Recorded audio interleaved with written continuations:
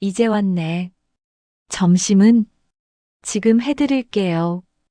벌써 12시가 넘었잖아. 늦었어. 민서를 방에 눕히고 부엌으로 갔습니다. 냉장고를 열어 재료를 꺼냈습니다. 손이 떨렸습니다. 집중이 되지 않았습니다. 음식 다 어디 갔어? 어제 반찬 해놨잖아. 제가 지금 만들게요. 애 아픈 게 다 며느리 탓이야. 집안일 손 놓으니까 애가 아프지. 손에 든 칼이 멈췄습니다. 뭐라고요? 집안일 제대로 안 하니까 애가 아픈 거라고. 환기도 제대로 안 시키고 청소도 대충 하고. 칼을 도마에 내려놨습니다. 손이 떨렸습니다.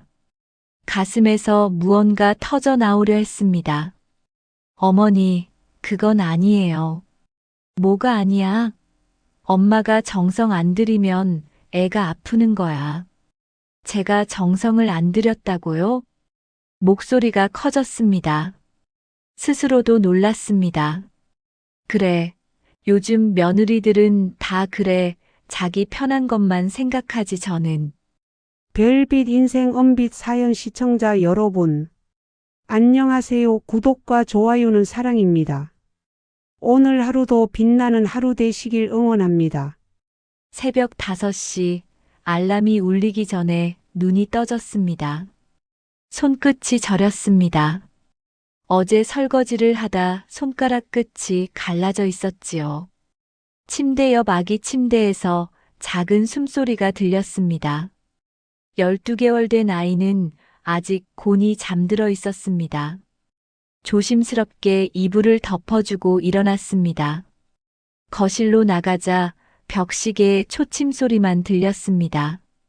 부엌에 들어서니 싱크대에 쌓인 그릇들이 눈에 들어왔습니다. 어젯밤 남편이 늦게 먹은 야식 그릇이었습니다. 물을 틀고 설거지를 시작했습니다.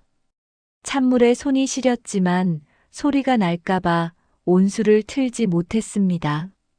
벌써 일어났네. 뒤에서 목소리가 들렸습니다. 시어머니였습니다.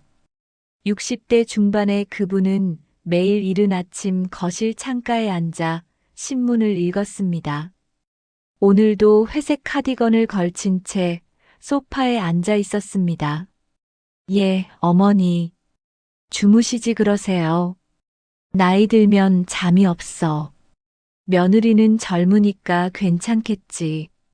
대답 대신 고개를 끄덕였습니다. 시어머니는 매일 아침 이런 말을 했습니다. 젊으니까 괜찮다는 말. 그 말 뒤에는 그러니 더 해야 한다는 뜻이 숨어 있었습니다. 설거지를 마치고 아침 준비를 시작했습니다. 냉장고에서 김치와 반찬을 꺼냈습니다. 된장찌개를 끓이고 계란말이를 부쳤습니다. 밥솥에서 김이 오르는 소리가 들렸습니다. 식탁을 차리는 동안 시어머니는 신문을 읽으며 가끔 한숨을 내쉬었습니다. 요즘 젊은 사람들은 애 하나 낳고 난리야. 기사 좀 봐. 육아 우울증이 어쩌고 저쩌고. 신문을 접으며 시어머니가 말했습니다. 우리 때는 셋은 기본이었어. 시댁 식구 10명 밥해주고 빨래하고 농사일도 거들었지. 그래도 우울증 같은 건 몰랐어. 시대가 많이 달라졌지요. 뭐가 달라? 애 키우는 건 다 똑같아. 더 이상 대꾸하지 않았습니다. 이런 대화는 언제나 같은 결론으로 끝났습니다. 요즘 며느리들은 약하다는 것, 옛날 여자들은 강했다는 것. 7시가 되자 아이가 울었습니다. 서둘러 방으로 들어가 안아 올렸습니다. 따뜻한 체온이 전해졌습니다. 작은 손이 목을 감았습니다. 이 순간만은 모든 게 괜찮다고 느껴졌습니다. 기저귀를 갈고 옷을 입히는 동안 아이가 웃었습니다. 뽀얀 볼에 입을 맞추자 까르르 웃음소리가 터졌습니다. 이 웃음 때문에 견딜 수 있었습니다. 민서 일어났네. 할머니한테 와. 거실로 나가자 시어머니가 손을 내밀었습니다. 아이를 건네주고 다시 부엌으로 향했습니다. 남편의 출근 준비를 해야 했습니다. 8시 남편이 일어났습니다. 세수를 하고 나온 그는 식탁에 앉았습니다. 말없이 밥을 먹었습니다. 시어머니가 손자를 무릎에 앉힌 채 말을 건넸습니다. 요즘 회사 일이 많지? 네, 프로젝트 마감이 다가와서요. 그래도 집안일은 며느리가 다 해주니까 걱정 없겠다. 남편은 대답하지 않았습니다. 그저 밥을 한 숟가락 더 떴습니다. 그의 침묵이 더 무거웠습니다.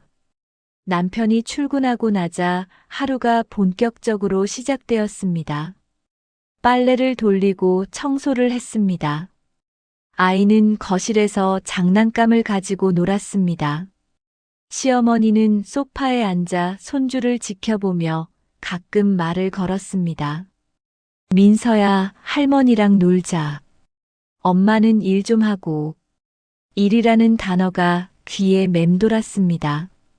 집안일은 일이 아닌 걸까요? 교사였던 자신은 지금 무엇을 하고 있는 걸까요? 점심을 준비하며 문득 손을 멈췄습니다. 거울에 비친 얼굴을 봤습니다. 부은 눈, 거친 피부, 힘없는 표정. 이게 나인가 싶었습니다. 며느리, 점심 뭐 해? 시어머니의 목소리에 정신이 돌아왔습니다. 제육볶음 할게요. 어제도 고기였잖아. 민서 배탈 나면 어쩌려고. 그럼 생선구이 할게요. 그래, 그게 낫지.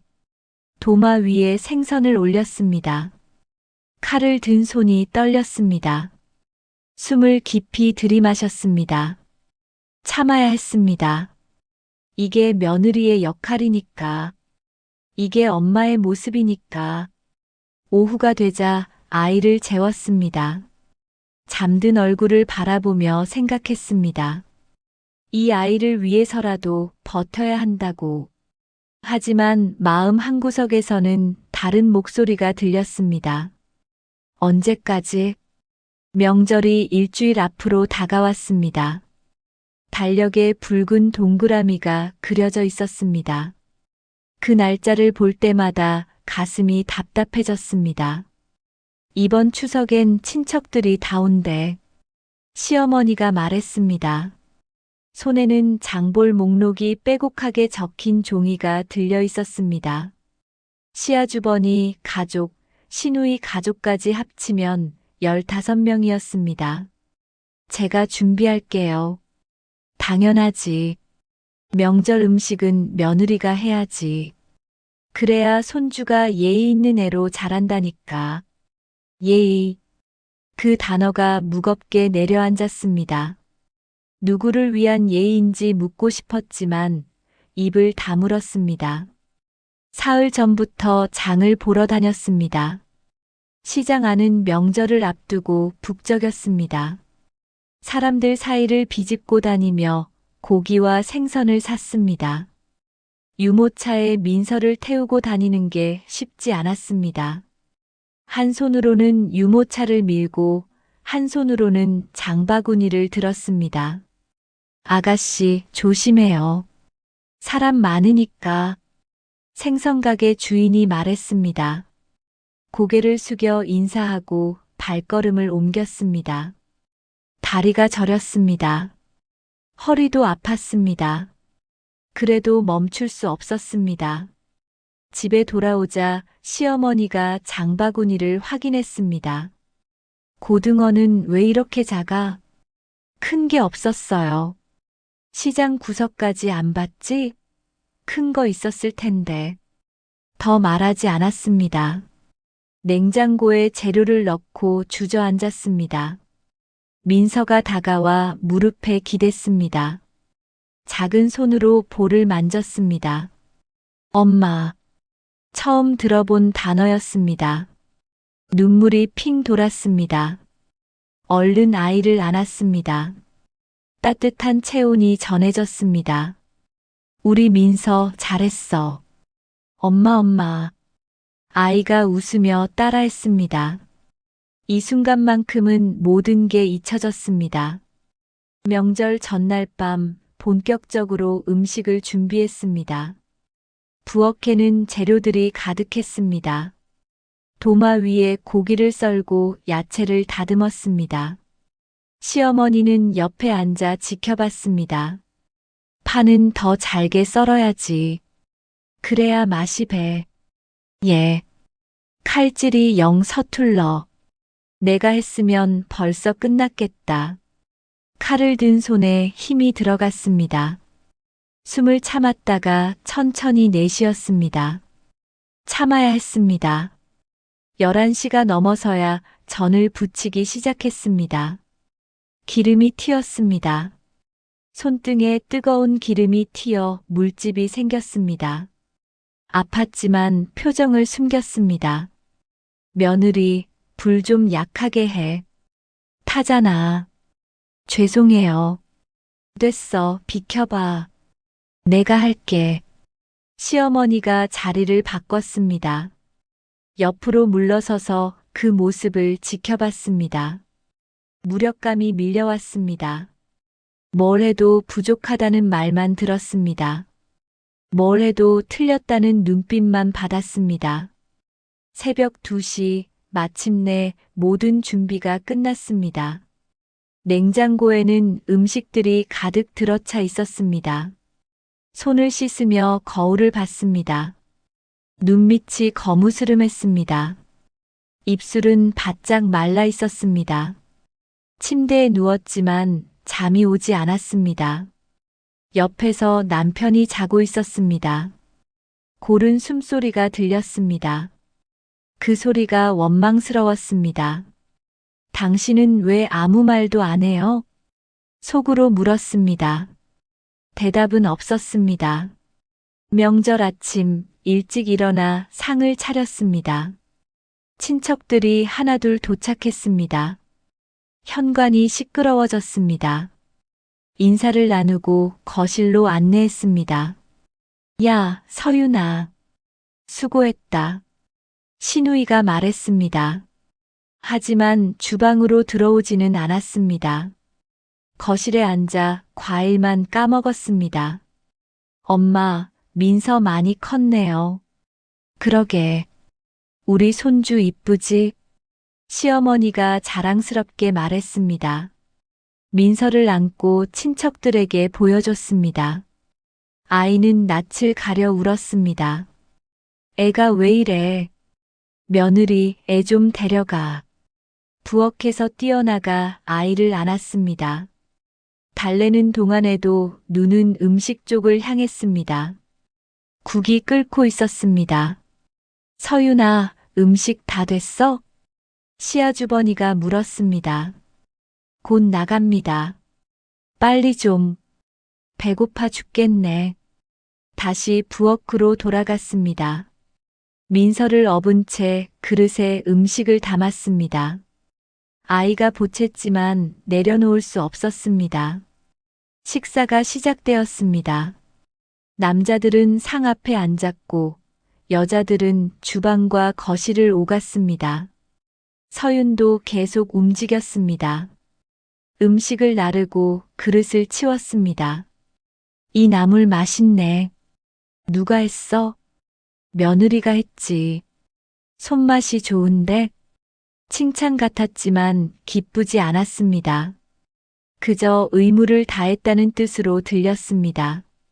식사가 끝나자 설거지가 기다리고 있었습니다. 싱크대에 그릇이 산처럼 쌓였습니다. 손을 담그자 뜨거운 물이 상처를 자극했습니다. 이를 악물었습니다. 오후가 되어서야 친척들이 돌아갔습니다. 현관문이 닫히자 조용해졌습니다. 거실 바닥에는 과일 껍질과 휴지가 흩어져 있었습니다. 청소를 시작했습니다. 수고했어. 시어머니가 말했습니다. 하지만 그 말이 위로가 되지 않았습니다. 민서는 어린이집 보내지 마. 집에서 키워야 정이 가지. 가슴이 철렁했습니다. 어머니, 저 다음 달에 복직해야 해요. 복직? 애가 아직 어린데? 하지만 며느리, 돈보다 중요한 게 가족이야. 손주 크는 건 지금뿐이야. 더 이상 말할 수 없었습니다. 입술을 깨물었습니다. 목구멍에서 무언가 치밀어 올랐습니다. 그날 밤 혼자 베란다에 나갔습니다.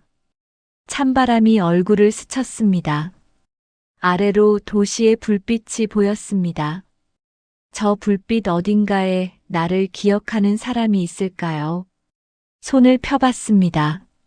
화상 자국과 갈라진 손톱이 보였습니다. 이게 정말 내 손인가 싶었습니다. 이대로는 안 돼. 마음속에서 목소리가 들렸습니다. 분명하고 단호한 목소리였습니다. 민서가 열이 났습니다. 이마에 손을 대자 뜨겁게 달아올라 있었습니다. 체온계는 38.5도를 가리켰습니다. 어머니, 민서 병원에 데려가야 할 것 같아요. 시어머니는 드라마를 보고 있었습니다. 고개를 돌리지 않은 채 대답했습니다. 감기약 먹이면 돼. 병원 가봤자 똑같아. 하지만 열이 너무 높아요. 애들은 원래 열 잘나. 괜히 나가서 바람 쐬면 더 심해져. 더 말하지 않았습니다. 민서를 안고 방으로 들어갔습니다. 아이는 칭얼대며 울었습니다. 작은 몸이 떨렸습니다. 해열제를 먹이고 미온수로 몸을 닦아줬습니다.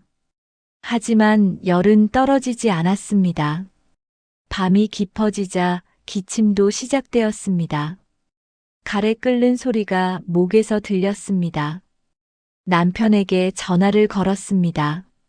세 번째 신호음 끝에 받았습니다. 왜? 민서가 아파. 열도 높고 기침도 해. 병원 가야 할 것 같은데. 엄마한테 물어봤어? 어머니는 괜찮대. 그냥 약 먹이래. 그럼 그렇게 해. 엄마가 애 키워봐서 아시잖아. 하지만 나 지금 회의 중이야. 급한 거 아니면 끊을게. 신호음이 울렸습니다. 멍하니 전화기를 내려다봤습니다. 화면에는 통화 종료 표시만 남아 있었습니다. 민서를 다시 안았습니다. 뜨거운 이마를 입술에 댔습니다. 눈물이 났습니다. 아이 앞에서 울면 안 되는데 참을 수 없었습니다. 미안해, 민서야. 엄마가 미안해. 속삭이듯 말했습니다. 아이는 엄마 품에서 가늘게 숨을 쉬었습니다. 다음 날 아침 민서의 열은 더 올랐습니다. 39도를 넘었습니다. 더 이상 기다릴 수 없었습니다. 어머니, 병원 갈게요. 아침도 안 먹고 민서가 너무 아파요. 그래도 아침은 먹어야지. 며느리가 쓰러지면 누가 애 보는데. 입맛이 없었지만 억지로 밥을 한 숟가락 떴습니다. 삼키기가 힘들었습니다. 목구멍이 메말라 있었습니다. 서둘러 외출 준비를 했습니다. 민서에게 옷을 입히고 유모차를 꺼냈습니다. 시어머니가 현관까지 따라 나왔습니다. 일찍 와. 점심은 해놔야지. 대답 대신 고개만 끄덕였습니다. 현관문을 닫고 엘리베이터로 향했습니다. 소화관은 사람들로 가득했습니다. 접수를 하고 번호표를 받았습니다. 58번. 현재 진료 중인 번호는 32번이었습니다. 대기실 의자에 앉았습니다. 민서는 품에서 축 늘어져 있었습니다. 다른 아이들도 비슷했습니다. 울음소리, 기침 소리, 엄마들의 달래는 목소리가 뒤섞였습니다. 1시간이 지났습니다. 번호는 천천히 올라갔습니다. 다리가 저렸지만 움직일 수 없었습니다. 민서가 잠들어 있었습니다. 드디어 차례가 되었습니다. 진료실로 들어가자 의사가 청진기를 들었습니다. 목이 많이 부었네요. 감기가 심해졌어요. 괜찮을까요? 약 먹이고 이틀 지켜보세요. 열이 안 떨어지면 다시 오시고요. 처방전을 받아들고 나왔습니다. 약국에서 약을 받는 동안에도 민서는 칭얼거렸습니다. 집으로 돌아오니 12시가 넘었습니다. 시어머니가 거실에 앉아 있었습니다. 이제 왔네. 점심은? 지금 해드릴게요. 벌써 12시가 넘었잖아. 늦었어. 민서를 방에 눕히고 부엌으로 갔습니다. 냉장고를 열어 재료를 꺼냈습니다. 손이 떨렸습니다. 집중이 되지 않았습니다. 음식 다 어디 갔어? 어제 반찬 해놨잖아. 제가 지금 만들게요. 애 아픈 게 다 며느리 탓이야. 집안일 손 놓으니까 애가 아프지. 손에 든 칼이 멈췄습니다. 뭐라고요? 집안일 제대로 안 하니까 애가 아픈 거라고. 환기도 제대로 안 시키고 청소도 대충 하고. 칼을 도마에 내려놨습니다. 손이 떨렸습니다. 가슴에서 무언가 터져 나오려 했습니다. 어머니, 그건 아니에요. 뭐가 아니야? 엄마가 정성 안 들이면 애가 아프는 거야. 제가 정성을 안 들였다고요? 목소리가 커졌습니다. 스스로도 놀랐습니다. 그래, 요즘 며느리들은 다 그래. 자기 편한 것만 생각하지. 저는 말이 막혔습니다. 무슨 말을 해야 할지 몰랐습니다. 가슴이 답답했습니다. 숨이 제대로 쉬어지지 않았습니다. 부엌을 나와 방으로 들어갔습니다. 문을 닫고 주저앉았습니다. 민서는 여전히 잠들어 있었습니다. 작은 얼굴이 빨갛게 달아올라 있었습니다. 눈물이 쏟아졌습니다. 소리내지 않으려 입을 막았습니다. 어깨가 떨렸습니다. 참았던 모든 것이 한꺼번에 터져 나왔습니다. 휴대폰을 꺼냈습니다. 대학 동기들의 단체 채팅방이 보였습니다. 한참 동안 화면만 바라봤습니다. 무엇을 쓸지 몰랐습니다. 다들 어떻게 지내? 메시지를 보냈습니다. 답장은 금방 왔습니다. 나 요즘 승진 준비 중. 나는 새 프로젝트 맡았어. 다들 바쁘구나. 나는 메시지를 지웠습니다. 무엇이라 말해야 할까요? 내가 무엇을 하고 있는지 설명할 수 있을까요? 휴대폰을 내려놨습니다. 민서의 손을 잡았습니다.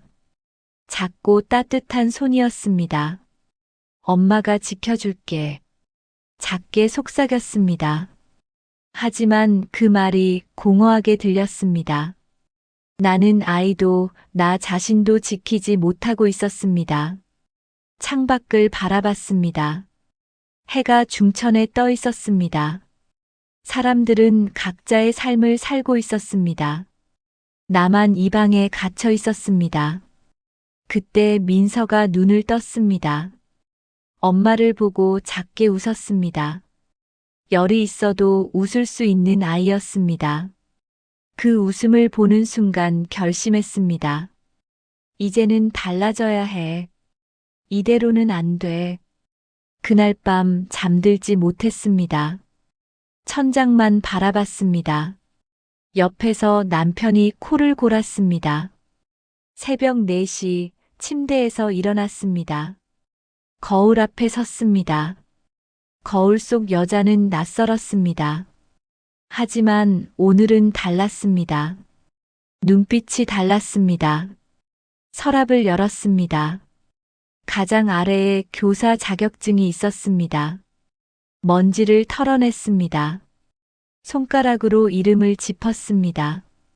한서윤. 내가 나였던 시절의 증명이었습니다. 수첩을 꺼내 펜을 들었습니다. 떨리는 손으로 적기 시작했습니다. 나에게 필요한 것들. 학교 복직 신청. 어린이집 알아보기. 남편과 대화. 시어머니께 말씀드리기. 마지막 항목을 적을 때 펜을 든 손이 멈췄습니다. 가장 어려운 일이었습니다. 하지만 피할 수 없었습니다. 아침이 밝았습니다. 평소처럼 식사를 준비했습니다. 하지만 마음은 달랐습니다. 오늘은 말해야 했습니다. 남편이 식탁에 앉았습니다. 시어머니도 거실에서 나왔습니다. 밥그릇을 놓으며 숨을 깊이 들이마셨습니다. 말씀드릴 게 있어요. 두 사람이 쳐다봤습니다. 뭔데? 남편이 물었습니다. 저 다음 달에 학교로 돌아갈 거예요. 시어머니가 수저를 내려놨습니다. 뭐라고? 복직하려고요. 그리고 민서는 어린이집에 보낼게요. 너 지금 무슨 소리 하는 거야? 시어머니의 목소리가 높아졌습니다.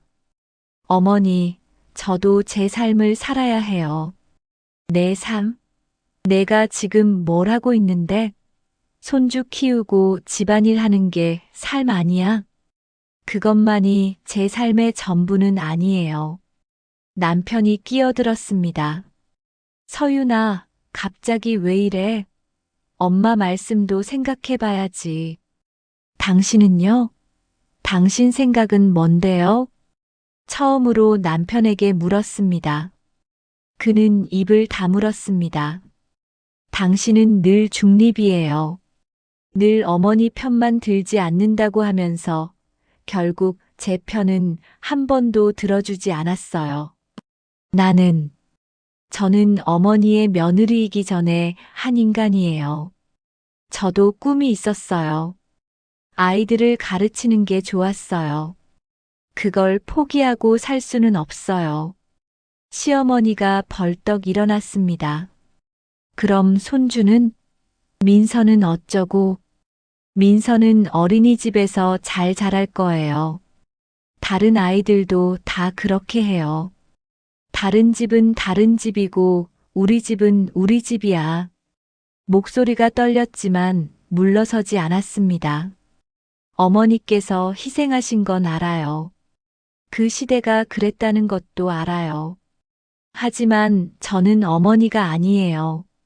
저는 다른 방식으로 엄마가 되고 싶어요.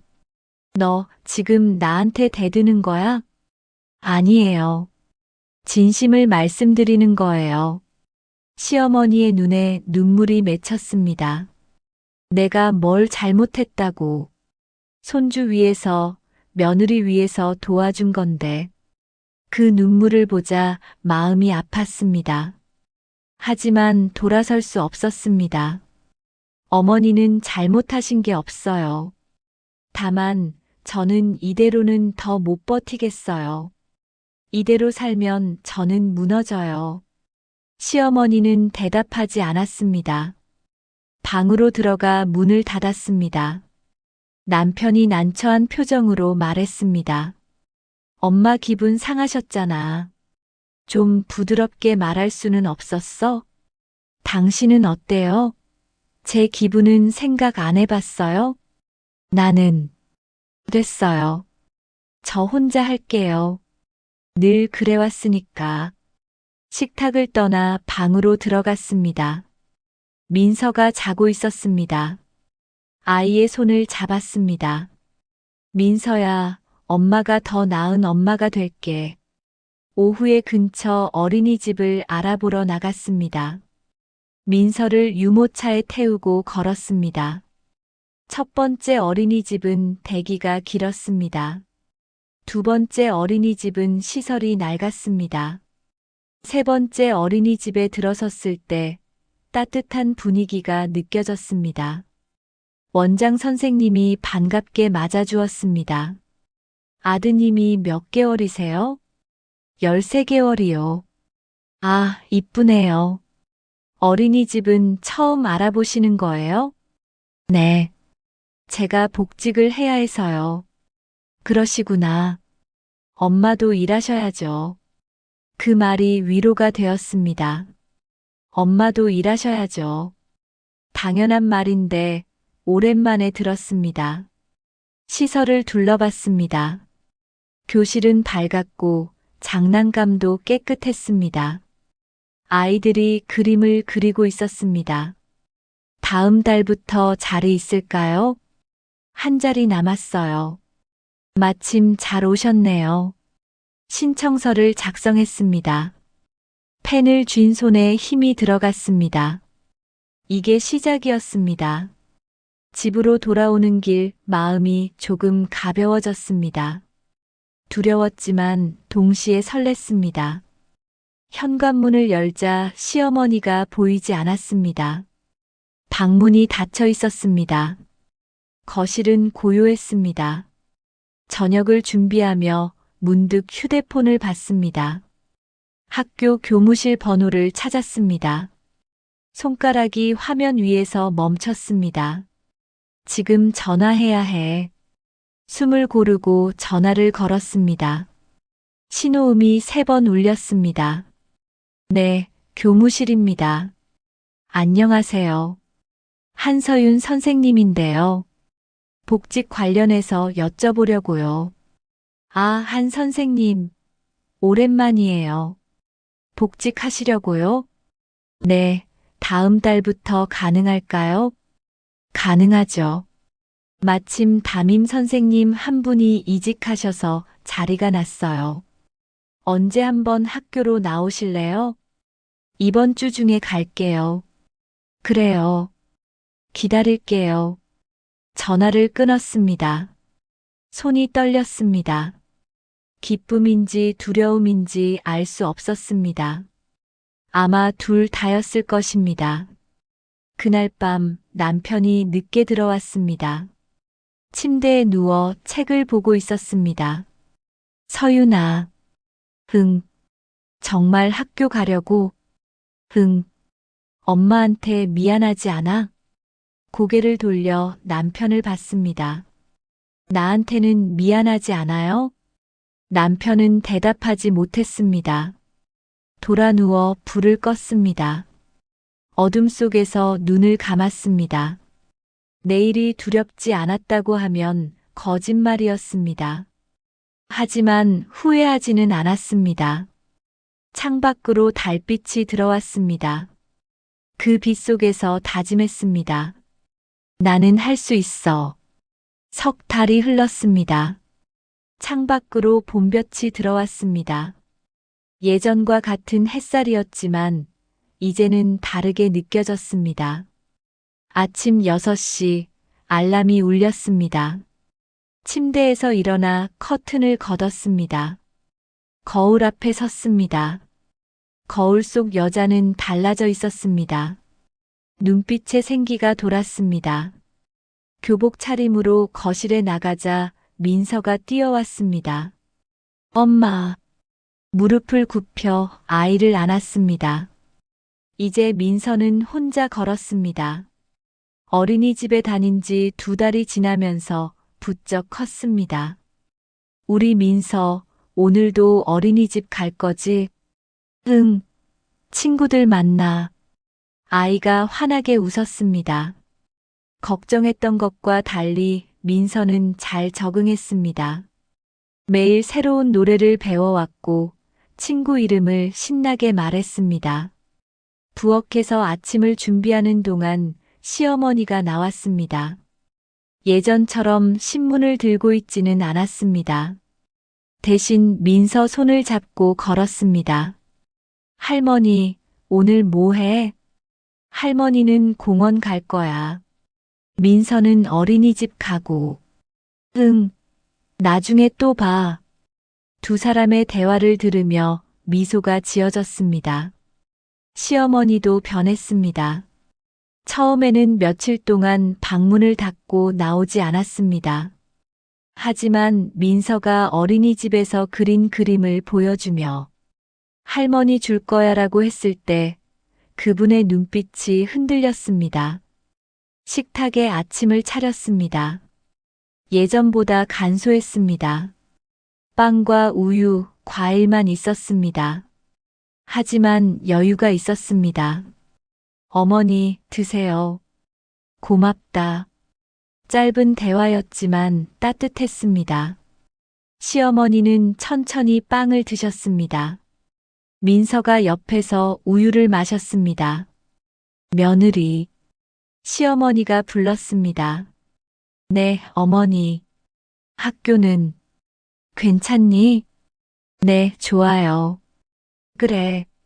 다행이다. 더 이상 말씀하지 않았지만 그 짧은 말에 많은 것이 담겨 있었습니다. 인정이었고 화해였습니다. 7시 30분 민서를 어린이집 통학차에 태웠습니다. 손을 흔들며 인사했습니다. 아이도 창문 너머로 작은 손을 흔들었습니다. 다녀와, 민서야. 통학차가 사라지는 모습을 지켜봤습니다. 가슴이 뭉클했습니다.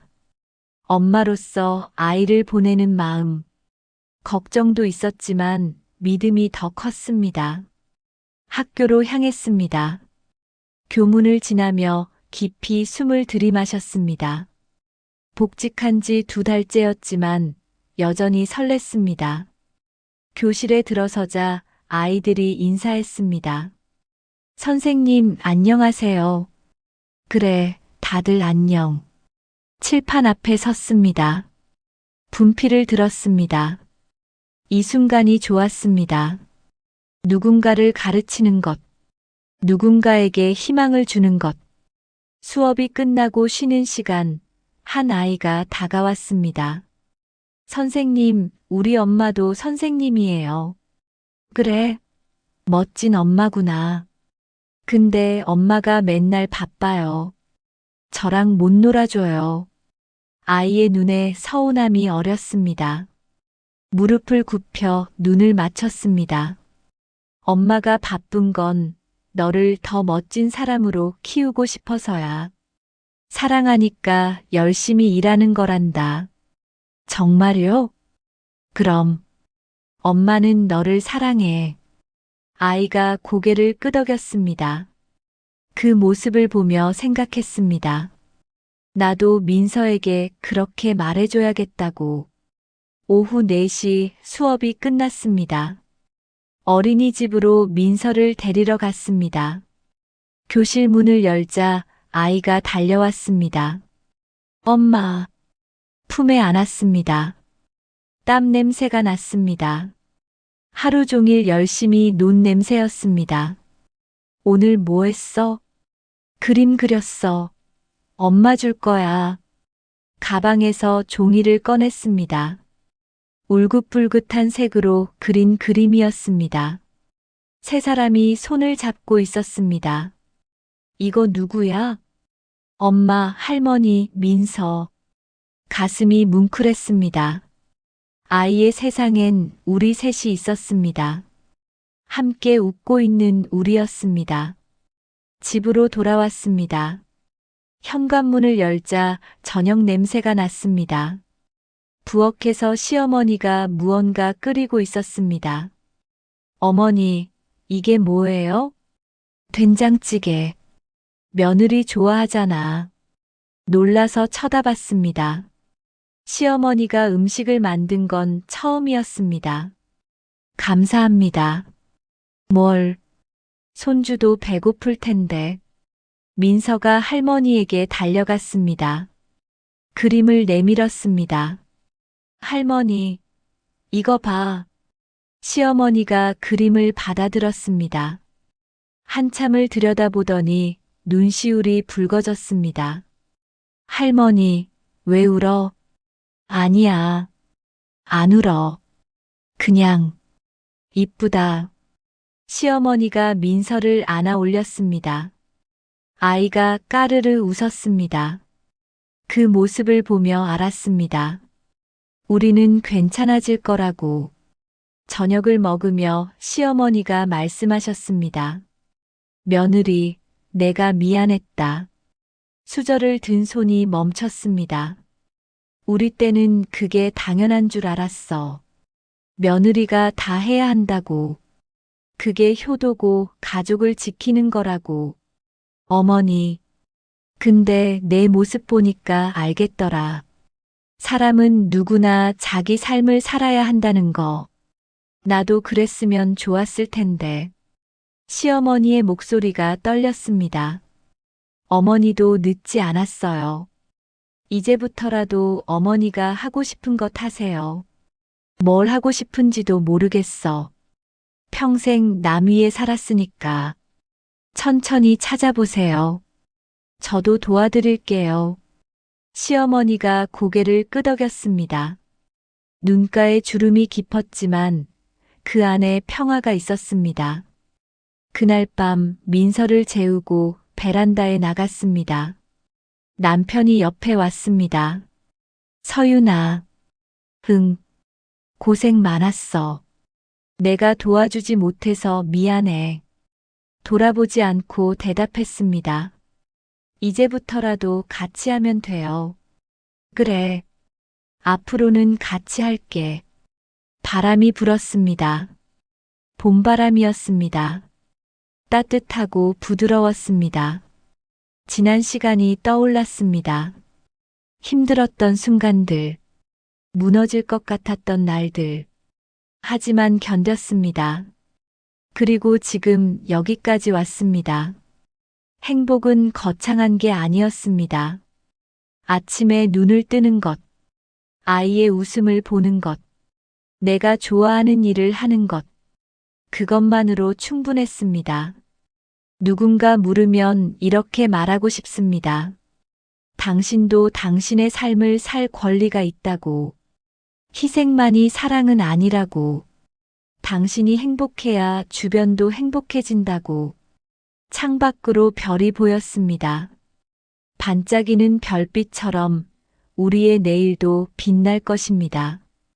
별빛 인생 엄빛 사연 시청자 여러분, 사연이 마음에 드셨다면 구독과 좋아요는 영상 제작에 큰 힘이 됩니다. 오늘 하루도 빛나는 하루 되시길 응원합니다. 감사하고 사랑합니다.